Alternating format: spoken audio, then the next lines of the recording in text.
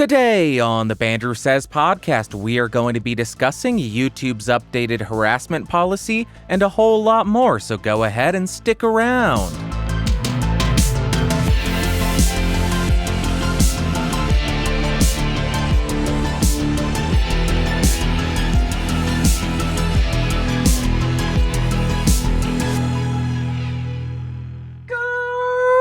Greetings, Earthlings, and welcome back to episode 195 of the BSP. My name is Bandrew. This is What I Says.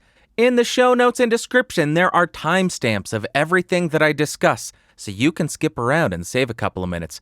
But if you got the time, I would appreciate you checking out the entire episode. If you want a different version of the show, head over to bandrewsays.com. That has audio and video. And if you want other educational podcasts, geeksrising.com. Breathe. Remember to breathe when you are talking. I forgot for a second. I was trying to do the entire podcast on one breath. Let's jump into the news. And the first and only piece of news we are going to be focusing on this week is YouTube's updated harassment policy. And I have a somewhat hot take on this topic area. I actually understand exactly why they are doing this, and I do not hate it half as much as every other YouTube creator seems to hate it.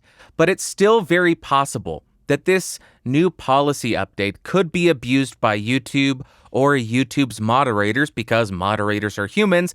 Moderators who are humans have biases, and those biases will show themselves in how they moderate stuff. So I do understand why people are concerned about this, but I don't personally hate it half as much as a lot of other people seem to actually despise it. If you do want to know more about this policy, I will link YouTube's full blog post in the show notes and description, but here is the general thesis of why they have updated their policy. Harassment hurts our community by making people less inclined to share their opinion and engage with others. Now, as I mentioned, I have somewhat of an unpopular opinion here, or a hot take, if you will, but I agree with this thesis 100%. In a perfect world. I am not saying that creators should not be criticized or called out for bad behavior, because I think that is an excellent system of checks and balances. But there is something very different between constant harassment and criticism in good faith. There is a very clear line there. And when you get a never-ending stream of videos and hate comments from someone, it really does start to wear you down. And I know I constantly say, oh, just ignore them, just ignore them. And in most cases, absolutely, just ignore them. It is easy to do so if you are just getting one comment from one person. But if it is a never-ending stream from the same person in the comments, in videos that they are making, and people will inevitably share those videos with you, and it really does start to wear you down when you get that constant barrage of hatred from a single person. It makes you wonder, what did I do to this person? What am I doing wrong to the point of somebody having such vitriol for me? I don't understand it, and it makes you question why you're even doing it. So I do agree 100% with the sentiments set out in this thesis of the change to the harassment policy. I also believe that good faith criticism as well as bad faith criticism should be allowed on the platform. It's when it crosses the line from criticism to flooding someone with online hate. And I do agree with YouTube for the most part in the department that constant barrage of hatred can dissuade someone from creating or sharing their ideas on the platform. So now let's go ahead and read through what they say they have changed in this blog post. Number 1, a stronger stance against threats and personal attacks. We've always removed videos that explicitly threaten someone, reveal confidential personal information, or encourage people to harass someone else. Moving forward, our policies will go a step further and not only prohibit explicit threats, but also veiled and implied threats. This includes content simulating violence toward an individual or language suggesting physical violence may occur. No individual should be subject to harassment that suggests violence. Beyond threatening someone, there is also demeaning language that goes too far. To establish a consistent criteria for what type of content is not allowed on YouTube, we're building upon the framework we use for our hate speech policy. We will no longer allow content that maliciously insults someone based on protected attributes such as their race, gender, expression, or sexual orientation. This applies to everyone from private individuals to YouTube creators to public officials. The thing that I find most interesting about these first few paragraphs is the statement that this is going to be applied to everyone from private individuals to YouTube creators to public officials. If I am not mistaken, the number of people who use demeaning language to discuss politicians on both the right and the left of the aisle is enormous. There is a cottage industry set around people using demeaning language to discuss politicians. Will we see YouTube start to take down videos or channels from creators who constantly say, "This Democrat is such a stupid loser, look how fat they are, stupid loser," or people saying, "This Republican has a big fat poo-poo head, politician man or woman"? Are we going to see YouTube start to do that? I highly doubt it, because that would be a huge culling of political commentary on YouTube, because people like to use, as some people would call it, colorful language to discuss these people. I hate politicians so much. They're the worst. They deserve all the demeaning language. I don't mean that. I just really strongly dislike politicians. The second step, consequences for a pattern of harassing behavior. Something we heard from our creators is that harassment sometimes takes the shape of a pattern of repeated behavior across multiple videos or comments, even if any individual video doesn't cross our policy line. To address this, we're tightening our policies for the YouTube Partner Program to get even tougher on those who engage in harassing behavior and to ensure we only reward trusted creators. Channels that repeatedly brush up against our harassment policy will be suspended from YPP, eliminating their ability to make money on YouTube. We may also remove content from channels if they repeatedly harass someone. If this behavior continues, we'll take more severe actions, including issuing strikes and terminating a channel altogether. I am going to add on top of my unpopular opinion and become a hated person on the internet. I will admit that I'm wrong if somebody comes to me with a good argument, but I agree with this portion of the policy update quite heavily, but at the same time, I also disagree with it. Let me explain, because that sounds very contradicting, and it kind of is. I think that someone who makes a video on someone else every single day, and it's unwarranted hate, and they are only doing so to get a rise out of this person, out of the person that they are making videos about, I think enforcing this rule would be justifiable. But at the same time, someone who is rightfully criticizing someone for malicious behavior on the platform, I think that is justifiable, and this rule should not apply to them. The problem with my stance here is that is very subjective to the person. And for instance, I know people who think what I do on this platform, reviewing microphones, is malicious behavior, and they have attacked me in the past. Is that justifiable or is that unjustifiable? It's in the eye of the beholder. It is so incredibly subjective that it's dangerous to have this rule, but at the same time, I understand why they have this rule. I am so conflicted. There are people who think every single Democrat or every single conservative political commentator on YouTube is malicious, depending on their personal beliefs. So if that person were to make videos criticizing Tim Pool or Steven Crowder or Ben Shapiro every single day, would that be justifiable? In their eyes, absolutely, it would be a justifiable action because they think that those political commentators are malicious. They are putting out information that's dangerous. But to somebody else, that would be unwarranted hatred towards Steven Crowder, Tim Pool, or Ben Shapiro. And that's the issue with implementing a rule set like this. Although it does sound reasonable on paper, once it starts to be implemented and actually enforced, that's when it can be abused and become very biased. Because There are human moderators. As I mentioned earlier, humans have a bias. That bias will show itself when they are choosing what to moderate and what not to moderate. I guess they're moderating everything. What to strike down and what not to strike down. Maybe that's a better way to put it. It's something that I have heard Twitch criticized quite a lot recently about, that they are not fair. They are not even-handed with their enforcement of their policy. Some people will engage in the exact same behavior. One person will be struck down because of it. The other, not at all. No suspension, no nothing. And this is inevitable when there are somewhat nebulous rules put in place which rely on human moderation. I don't know what the solution is here, because there does maybe need to be moderation, but at the same time, if there's not, then it's a free-for-all, and is that a bad thing? Maybe. I don't know. It's a lose-lose situation, in my opinion. Number 3, addressing toxic comments. We know that the comment section is an important place for fans to engage with creators and each other. At the same time, we heard feedback that comments are often where creators and viewers encounter harassment. This behavior not only impacts the person targeted by the harassment, but can also have a chilling effect on the entire conversation.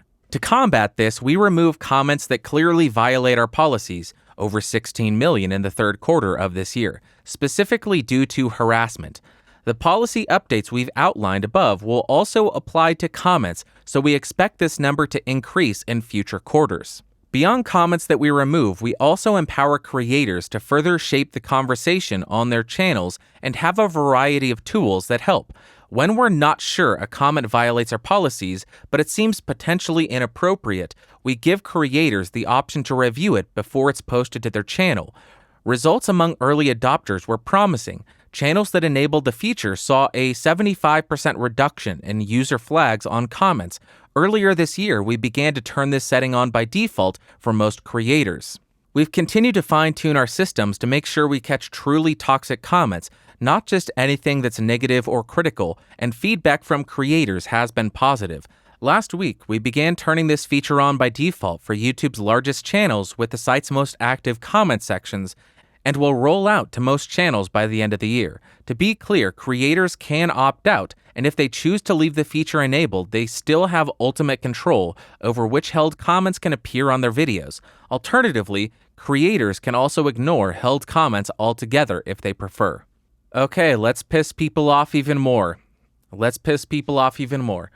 I think that YouTube has actually done a relatively good job with comment moderation in most cases. Of course, you could look at the timestamp on children's videos used to target youths by predatory people. Can I put it that way and still not get stomped down in the search results? Other than that, and other than a few select instances, I think YouTube, for the most part, does a good job with comment moderation. In my experience, they have done an awesome job. I get maybe 1 to 2 comments held for review every single day, and most of the time, it's just due to bad language, and in those cases, I will just approve it, let it go through, because I don't care if you say the F word in my comments. Not that F word, the other F word. See, language is getting confusing. You can say F in my comment section. In other instances, I will see comments be held because they post the same comment across 20 different videos, and it's held as spam or likely spam. In most cases, it is not illegitimately held. I have seen some that seem to be unfairly held for review, but I am guessing in those cases, it's due to some behavior that person has had in other comment sections. Maybe they have had a lot of comments flagged as harassment, so YouTube will automatically hold their comments and let the creator review them. But in those cases, if I don't see the comment being bad, I'm not policing what they do everywhere else on the platform, so I will approve it. In my experience, YouTube comment moderation has been, I can't even do that. YouTube comment moderation has been excellent. I was going to say it's A-OK, and you know what hand signal goes with that? And that's associated with white power, so you can't do that anymore. What is the outcome of all of this? I don't think any of us truly know until all of this plays out. it is just like COPPA. We are all speculating on how this will be enforced, how it will change the platform, and how it will impact creators. The actual enforcement of the policy in all of these instances, all of these changes that are being made, we don't know what it will be until it is actually in place and it is actually being enforced. That's how we know how it's going to be enforced, because it's being enforced. Everything else is just speculation. It's just us guessing and being hyperbolic and freaking out. But with this change, we did see some videos get taken down. The one that stuck out to me was iDubbbz Content Cop on Leafy is Here. Let me give you some backstory here. Leafy is Here was a content creator on YouTube who was prominent in 2015, 2016. He was a commentary channel. His videos would consist of let's play video on the screen, and he would make fun of, criticize, and mock other YouTube creators and other videos and talk about them in a very mean-spirited way. Then iDubbbz made a content cop on Leafy, and this video was criticizing Leafy's approach to video making, and the content cop ended with iDubbbz mocking or making fun of Leafy's chin because Leafy has a somewhat not powerful chin. It's a recessed chin, a small chin. iDubbbz made fun of him for that. And I think that iDubbbz video, if you'll allow me to be a bit over the top, was a masterpiece of YouTube criticism, of YouTube commentary channels. It was a different time back then. The reason I think that, the majority of the video was very fair criticism of what Leafy was doing. Absolutely fair criticism. But then you get to the making fun of Leafy's inherent biological makeup, his chin, something he can't change short of going to get plastic surgery. The reason I think that was something okay to do there is because he was making an impactful commentary on what Leafy himself was doing. He was showing Leafy what Leafy was doing by doing what Leafy does to Leafy. Does that make sense? I think I worded that in the worst possible way. He was doing to Leafy what Leafy was doing to others to get the point across. That's why I think that was a fair criticism and a fair use of comedy and making fun of someone. Yet YouTube disagrees and took it down. I am guessing it was the making fun of Leafy's appearance that led to that video being taken down. So that's something we have seen actually be enforced. Do with that information what you will. On another note, although I do thoroughly enjoy watching people mock and make fun of politicians, because most politicians, in my eyes, are lying scumbags who act like children. That's my opinion of politicians. I thoroughly enjoy watching people mock them and make fun of them. I think that will be limited. If you're wondering why I hate politicians, we pay their salary to do a job, and all they do on both sides of the aisle is say, well, I don't want to work with that person. I don't like them. Well, I don't want to work with... No budget for you. No budget for you because I can't get my way.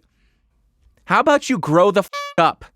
Grow the up, because all of you politicians, maybe not all, a lot of you politicians act like a school class full of petulant kindergartners. Grow the up, you children. But even though I do thoroughly enjoy watching these scumbags be mocked relentlessly, I think we will see a decrease in that, and that could potentially lead to more civil discussions across the aisle, because now when people are disagreeing and making videos going back and forth, they won't be saying, oh, you stupid, fat, ugly son of a gun, I disagree with you because of this. They won't be including those personal attacks on stuff that is not related to what they are being criticized about. They will say, I think you're stupid because this is what you believe, and here is why I disagree with that stance, as opposed to, you fat, stupid idiot, I hate you.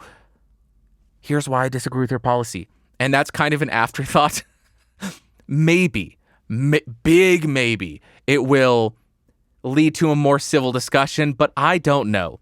Ultimately, I think this will likely have a big impact on the platform and how people approach criticism and interacting with other people. They might just stop interacting with other people. Or if they make comedy videos, they will maybe stop referencing other people or other cultures, other whatever, people with different beliefs, and just go to the most boring, bland, unfunny type of comedy. I saw a human being. They ate an orange. Right? They ate an orange. Get it?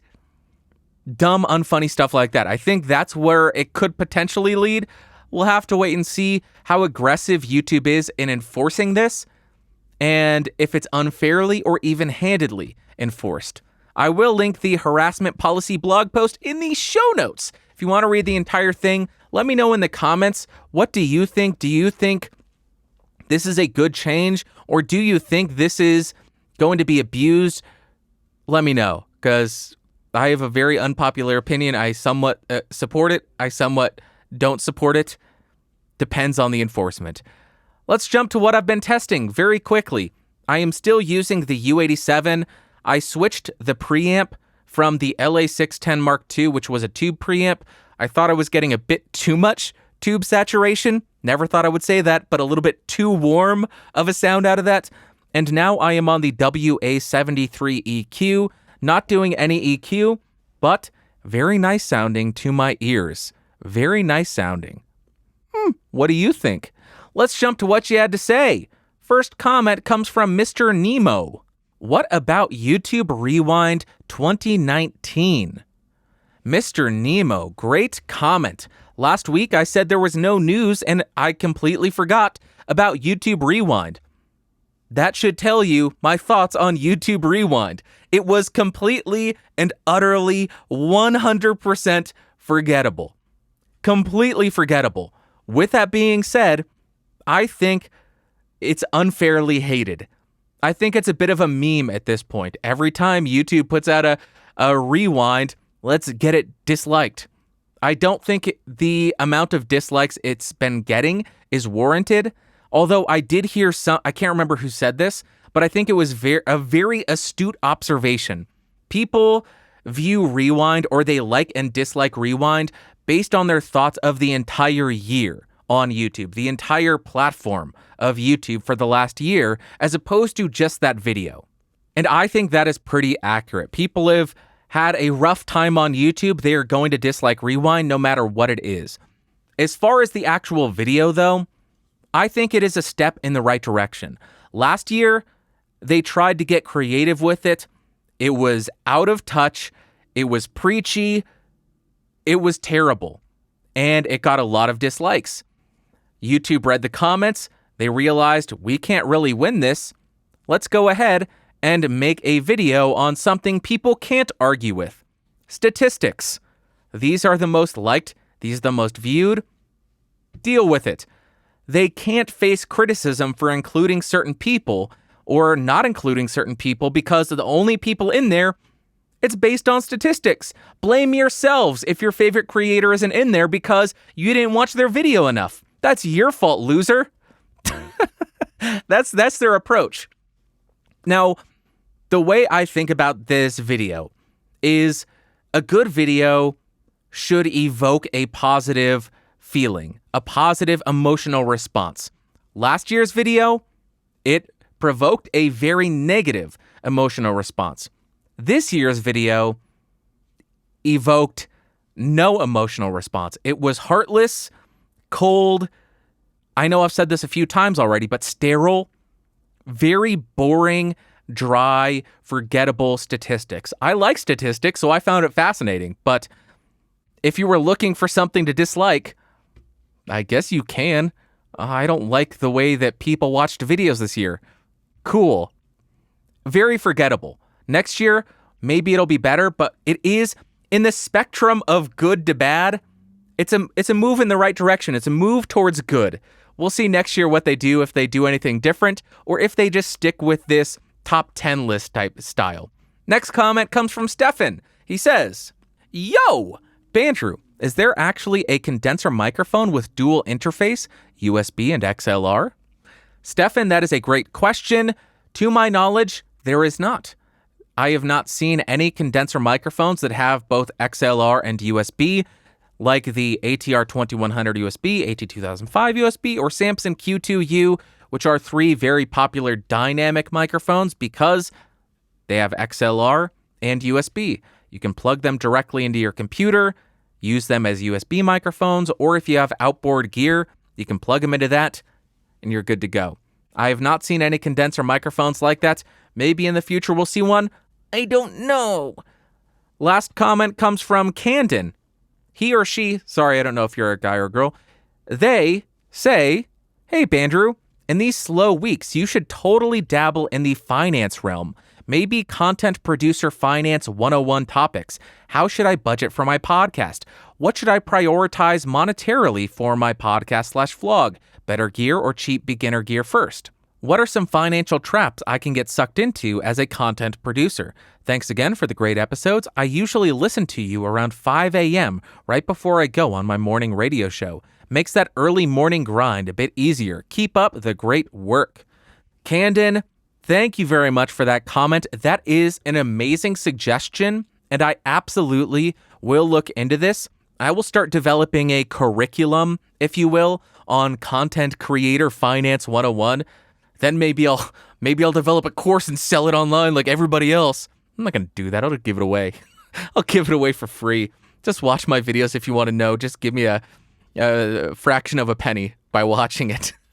All right, that's it for what you had to say. Let's jump to the Ask Bandrew segment.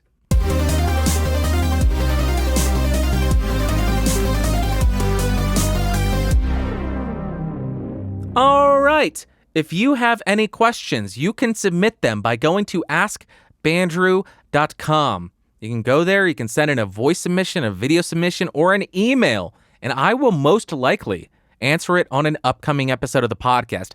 If you do want to get into my good graces, send in audio or video because then I don't have to read. I hate reading. I am bad at it. It takes me forever to edit because I screw up so much. That's how you get in my good graces. First email comes from Cece. I'm going to say that because I don't know how to pronounce her name. I am sorry. Hi, Bandrew. I have a question for the Ask Bandrew part of the podcast.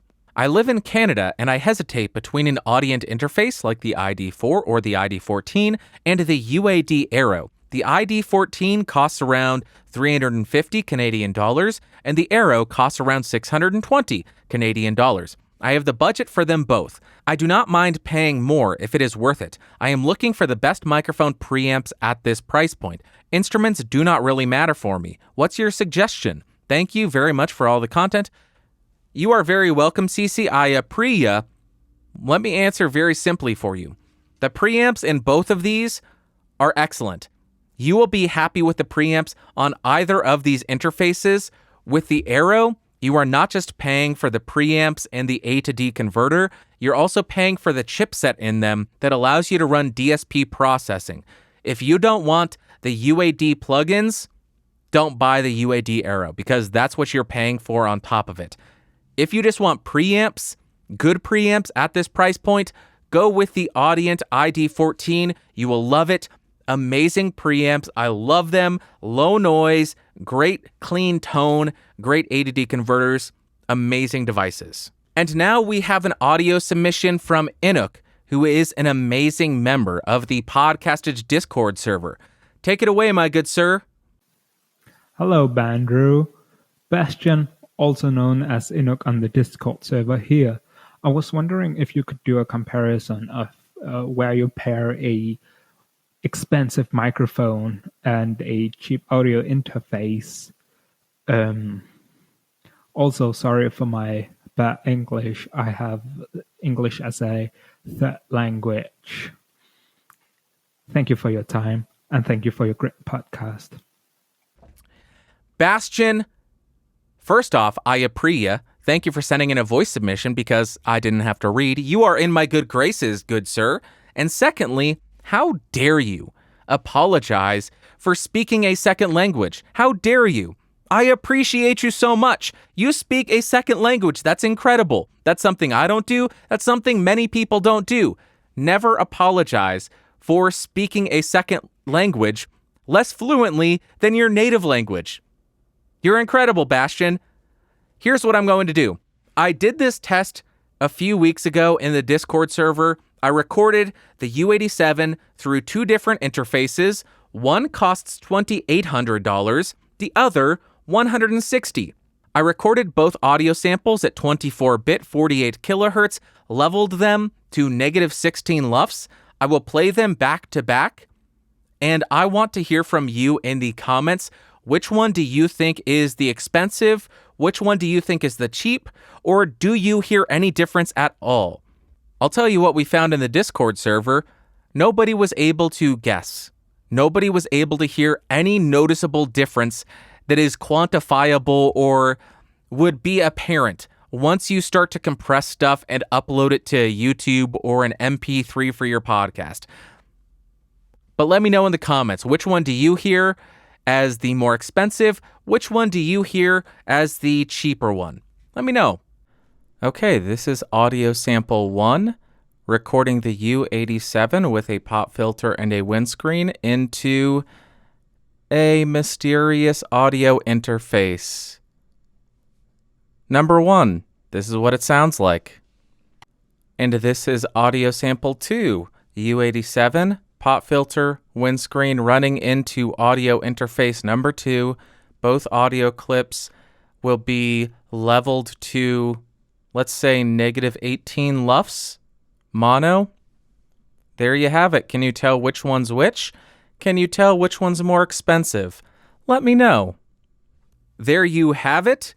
I am not going to give you the answer on which is which just yet. I will do so next week. I don't want to skew your results by giving the answer and then somebody leaving a comment saying, yeah, I just listened to the answer, but I got it right. I want to see what you say.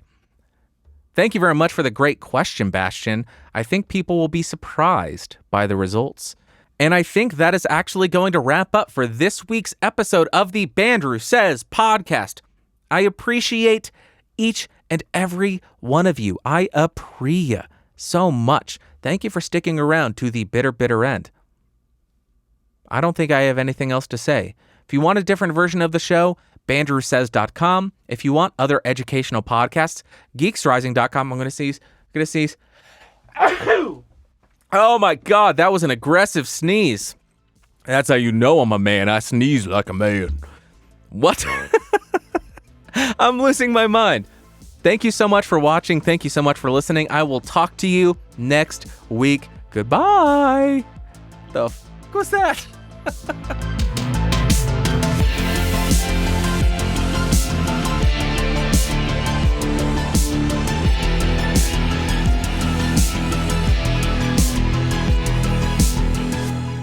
This has been a Geeks Rising production. Your executive producer is Bandrew Scott. For more information, head over to www.geeksrising.com.